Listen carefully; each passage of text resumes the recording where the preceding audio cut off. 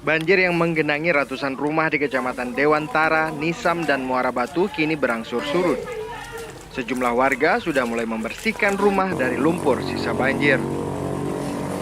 Sejumlah pegawai Puskesmas Pembantu Desa Gelempang Sulu Barat, Dewantara Aceh Utara ini sudah mulai membersihkan sisa banjir. Begitu juga dengan warga Desa Paluhlada. Warga sudah mulai membersihkan rumah mereka dari genangan dan endapan lumpur sisa banjir selama 4 hari. Akibat banjir ini, sejumlah perabotan rumah tangga milik warga terendam banjir setinggi 1 meter lebih.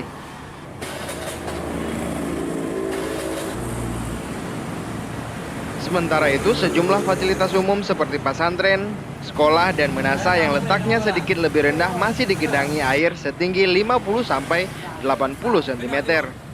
Tidak hanya itu, ratusan rumah warga di 3 kecamatan tersebut juga masih digenangi air.